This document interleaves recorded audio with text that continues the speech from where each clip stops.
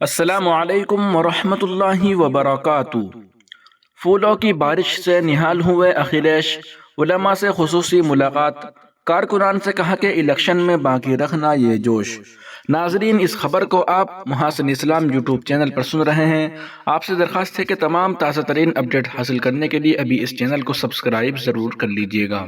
گزشتہ روز سابق رکن اسمبلی معاویہ علی کے بیٹے حیدر علی کے دعوت ولیمہ میں پہنچے سابق وزیر اعلیٰ اور سماج وادی پارٹی کے صدر اکھلیش یادو نے یہاں نہ صرف شادی کی تقریب میں شرکت کی بلکہ آئندہ لوک سبھا الیکشن کے لیے کارکنان میں خوب جوش بھرا اور علماء سے لے کر سماجی کارکنان و پارٹی عہدیداران سے ملاقاتیں کیں۔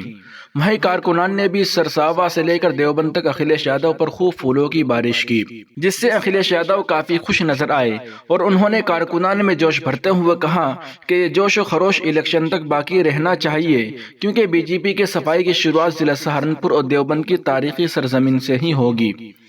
جمعرات کو شادی کی تقریب سے قبل سرساوا ناگل اسٹیٹ ہائی وے پر واقع قاری راؤ ساجد کی رہائش گاہ سمیت متعدد مقامات پر پھولوں کی بارش کر کے اکھلیش یادو کا والہانہ استقبال ہوا۔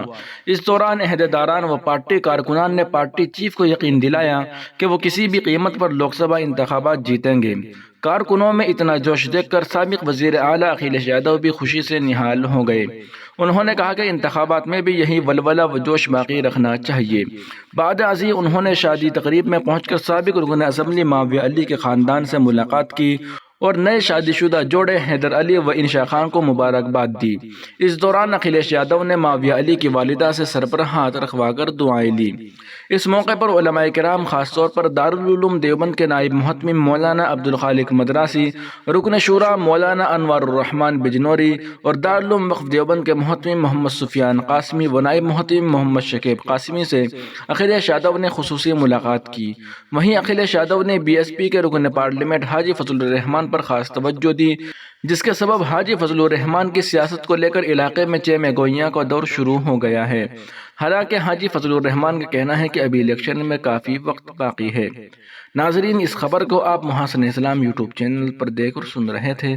آپ سے درخواست ہے کہ تمام تازہ ترین اپڈیٹ حاصل کرنے کے لیے ابھی ویڈیو کے نیچے سبسکرائب کے بٹن پر کلک کر کے اس چینل کو سبسکرائب ضرور کر لیجیے گا۔